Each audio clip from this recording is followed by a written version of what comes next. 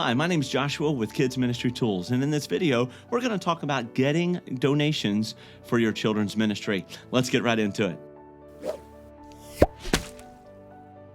Close to the end, you're going to see where we get most of our donations from, so make sure you hang out till then. But first off, let me say this. If you want your church to make sure that it is 501c3 authorized or has a 501c3 form from the IRS, it's just a form that you have to fill out, and then you have to wait for approval and all that kind of stuff. It does take a few months sometimes to be able to get back from the IRS. But anyhow, once that is done, it's a lot easier to be able to get donations from different places. So make sure you have that done. And on top of that, you're also going to want to have tax exempt forms, okay? So you have an abundance of copies of those, because most places you go to that you want donations from, or even if you're going to have to buy stuff from that place, you're going to be able to get tax exempt, okay? So if you're going to Walmart, you're going to Walgreens, you're going to Target, you're going to Home Depot, you're going to want to set up tax exempt with them. For instance, Walmart, when you go there, you have to go to customer service, and then when you go to customer service, they're going to ask you for that tax exempt form. You show them that or give that to them, and then they make you a little card. Here, I'll put what it looks like right here. Yeah, it's a little worn out, okay? But anyhow, because we use it a lot. But anyway, when you get tax exempt, it at least takes the taxes off, so that does save a little bit of money. But we're talking about donations, okay? But there's some extra tips here to be able to save some money, right? But anyhow, who doesn't like saving money? Anyhow, so get the tax exempt form. Some places like Home Depot and Lowe's and places like that may have it set up to where you do it all online, and then you get a phone number set up with them, and you put that phone number in every time.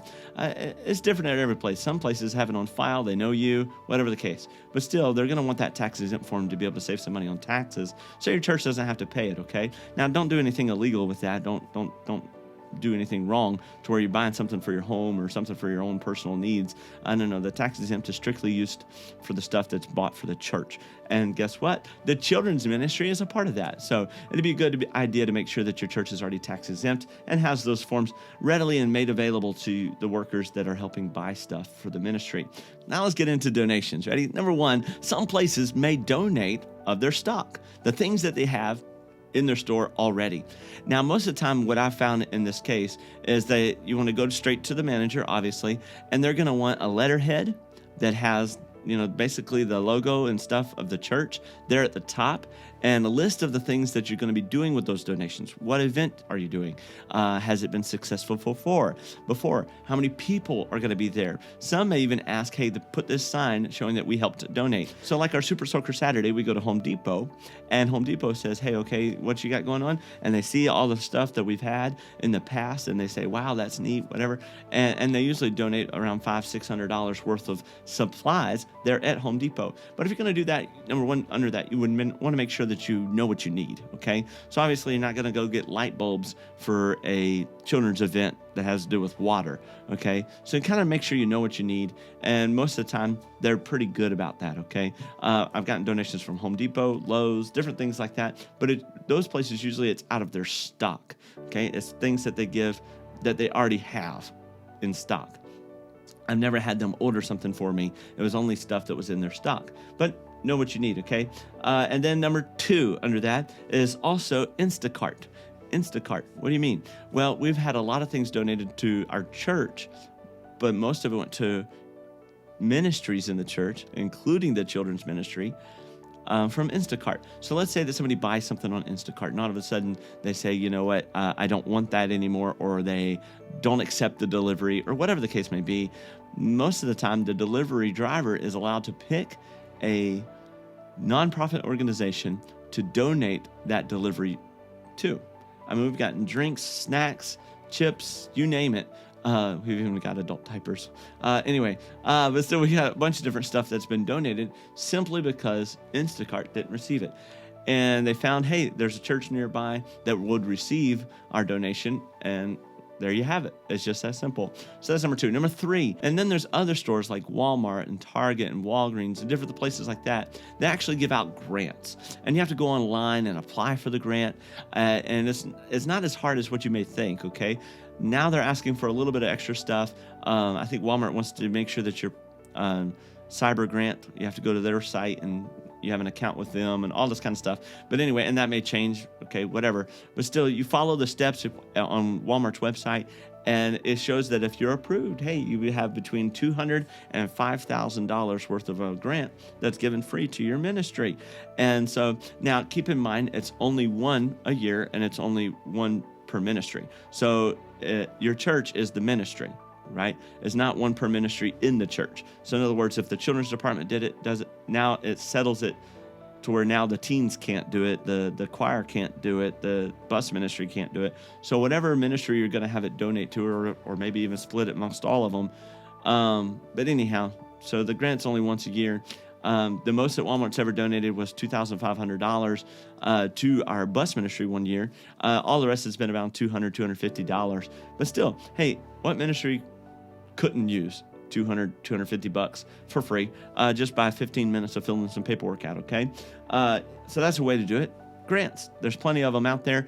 I like going to the ones that are local, though, and talk to them about how they would suggest doing it and see what they do there. So that was number 3. Number 3 was apply for grants at local stores or big box stores.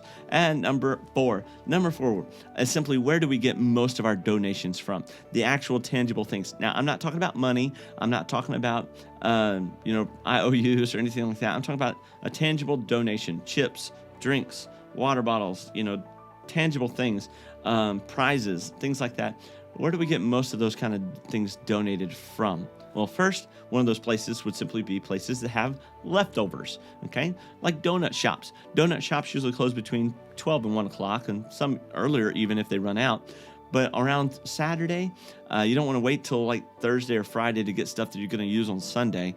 But we've had tons of different places, including Krispy Kreme, donate donuts, say that 5 times fast, donate donuts to where we could have those for the bus route, for the children's church, for the Sunday school, but it was ones they made the day before. You see, at the end of the night, they have to at the end of the shift, they have to throw all of them away that they didn't use that day. Well, that being said, hey, that's food wasted, right? Well, they don't care who it goes to most of the time. And so if you get a good manager and you talk to them, build a rapport, build a relationship, write thank you notes, all that kind of stuff, and you build that rapport, you get free donuts, okay? It's leftovers. But also other restaurants, you can get full meals donated. How? Simply because you have not, because you ask not, okay? So that being said, ask, and you shall receive, right? Most of our donations actually come from a specific place in town here that receives the donations from Walmart, Walgreens, Target, all these big box stores, including Sam's and Costco. Let's say that the truck shows up and it's a temperature gauge truck. It's a refrigerator truck, and they got fruits and vegetables in there, and it's off by 2 degrees. It will get rejected. And when it gets rejected, it has to go somewhere, right? I doubt the truck driver wants to go through and trash every bit of his load. So they take it somewhere. Most of the time, they take it to a place that receives donations. In so doing, if you can find that place that's in your area, they most of the time give that stuff they received for free out for free. They're not allowed to sell it, okay? Not even at a discounted price. If it's perishable goods, they're not allowed to sell it if it was rejected upon a delivery. Anyhow, that being said, you can get it for free. Now, it's nice to be able to give that ministry or that nonprofit a little bit of a love gift to help pay, because they did have to pay for the shipment from Sam's or Costco's or Walmart's or Target's, whatever, to be able to get it to the place that they are. But that being said, a $200 to $300 shipment is a lot cheaper than a $50,000 to $60,000 load of food. Okay, so they really get a great deal on that, and they're able to help a ton of families. So maybe you can get something like that. And how do they get these shipments? Well, one is overstock. Sometimes the store will buy too much of one item, or maybe it's a test drive of this item. It's the first time this one came out, or of this generic brand, and it wasn't bought up, okay? And so they're like, it's not selling, and they just get rid of it.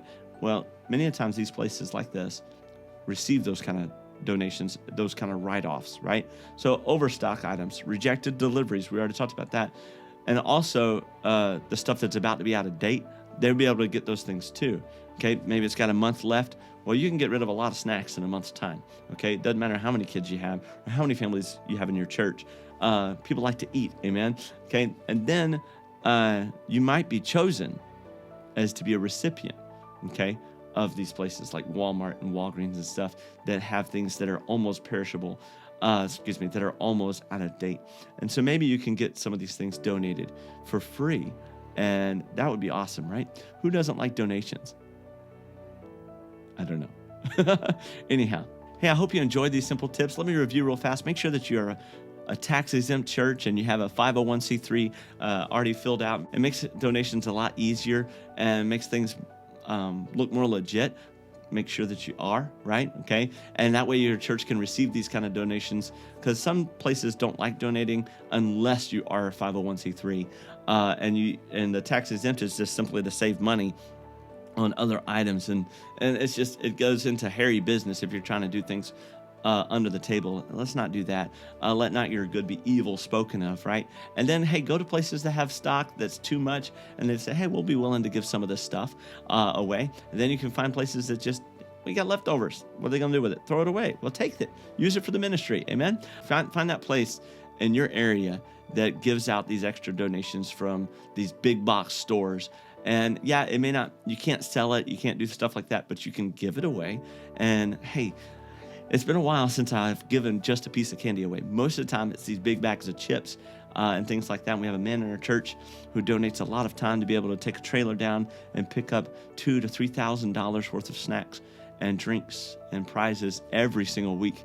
And now keep in mind, we have quite we're not a small church. We run between 600 and 700 on Sundays. But that being said, hey, give stuff away. Give stuff away. When you get this stuff donated, don't waste it. Use it or lose it, right? Hey, I hope this lesson was a help. God bless you. I'll see you in the next one. Bye.